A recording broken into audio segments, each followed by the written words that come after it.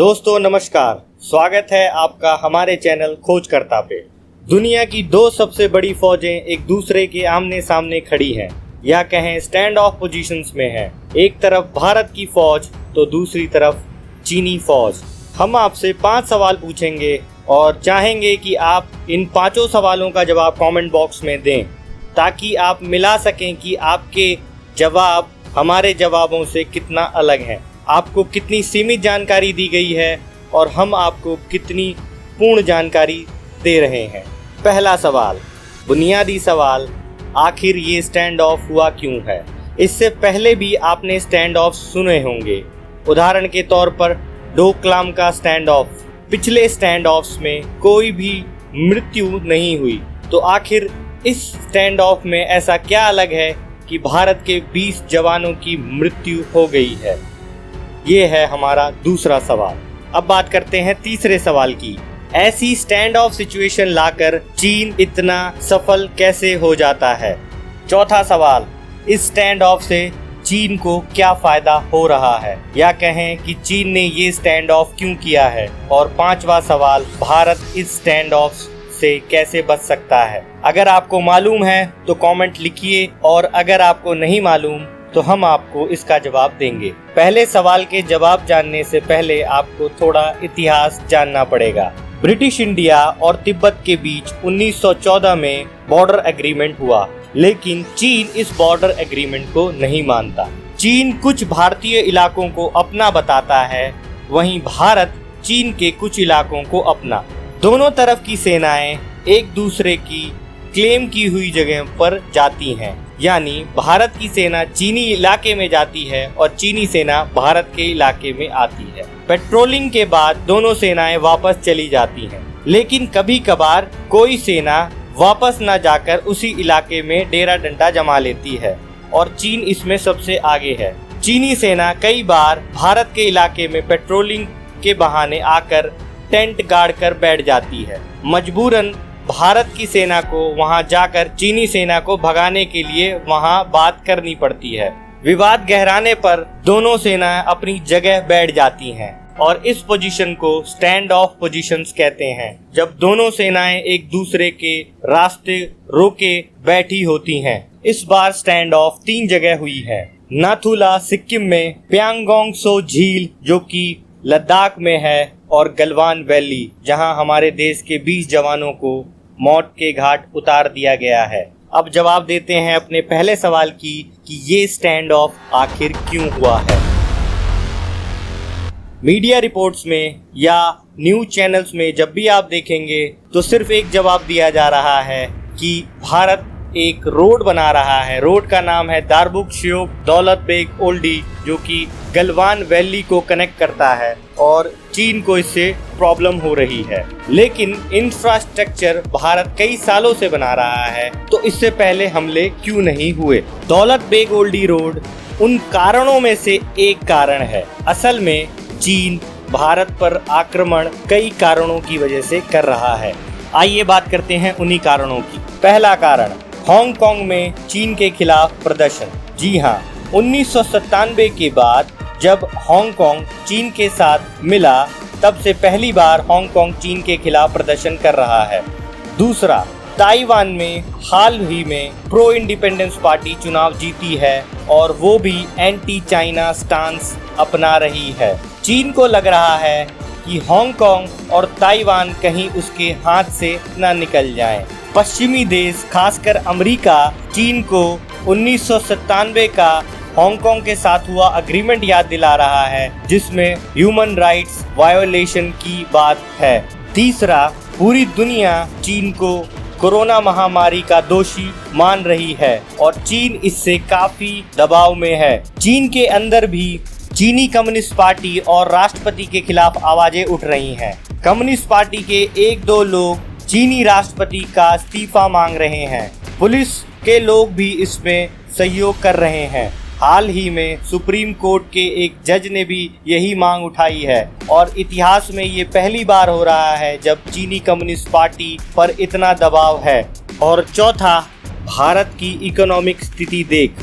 भारत सरकार की कुछ पॉलिसीज की वजह से भारत में पहले ही इकोनॉमिक क्राइसिस हो चुकी है और कोरोना ने उसमें आग में घी का काम कर दिया है और भारत की इकोनॉमी धराशायी हो चुकी है और इसने चीन को मौका दे दिया है।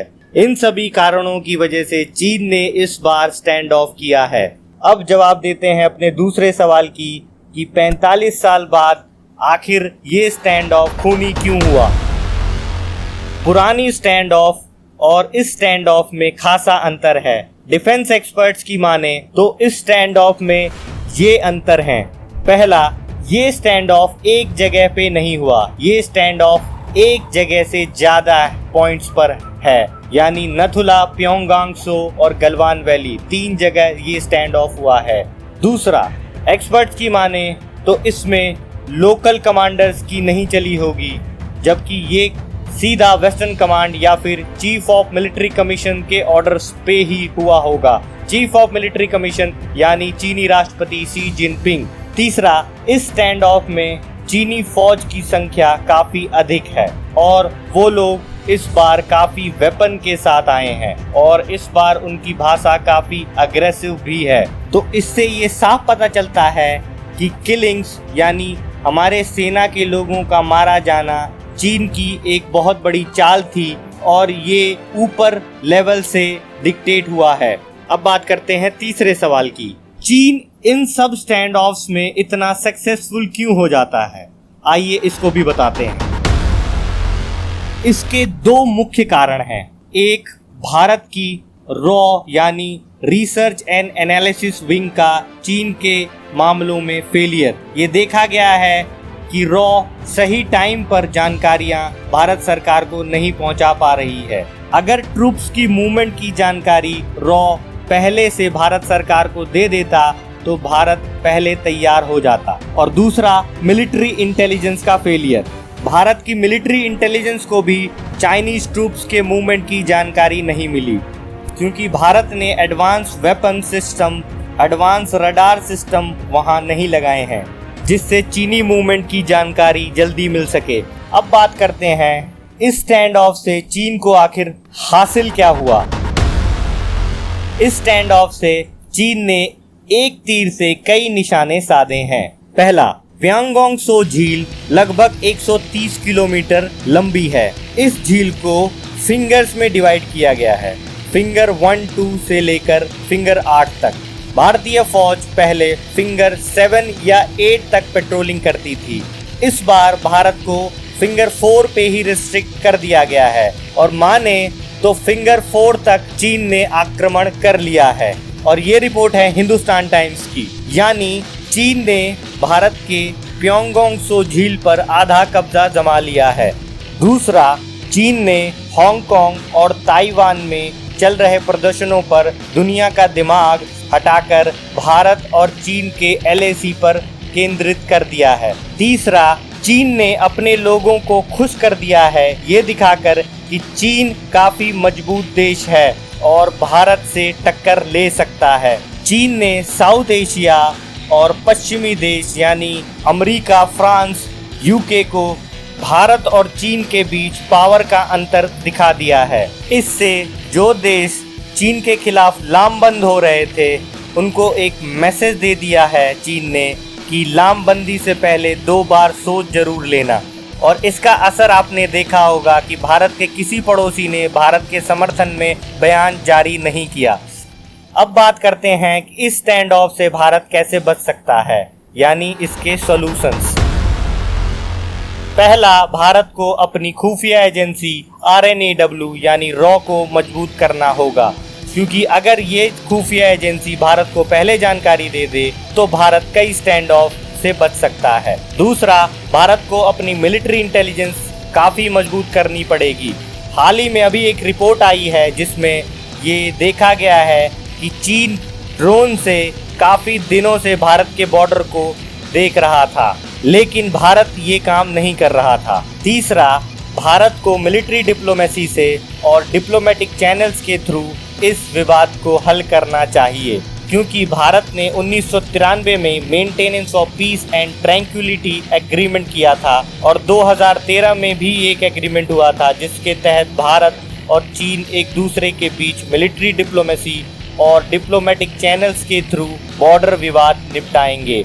यानी कमांडिंग ऑफिसर लेवल पे बातचीत, मिलिट्री कमांडर लेवल पे बातचीत कर ही इस विवाद को सुलझाया जाएगा, या फिर विदेश सचिव स्तर की बातचीत कर इस विवाद को खत्म किया जाएगा। अगर इतना आपको मीडिया ने बताया हो तो हमें ज़रूर बताएं, और अगर आपको ये वीडियो अच्छी लगी तो इसे लाइक करें। इतनी जानकारियों के लिए इस चैनल को सब्सक्राइब करें और सभी को शेयर करें। धन्यवाद।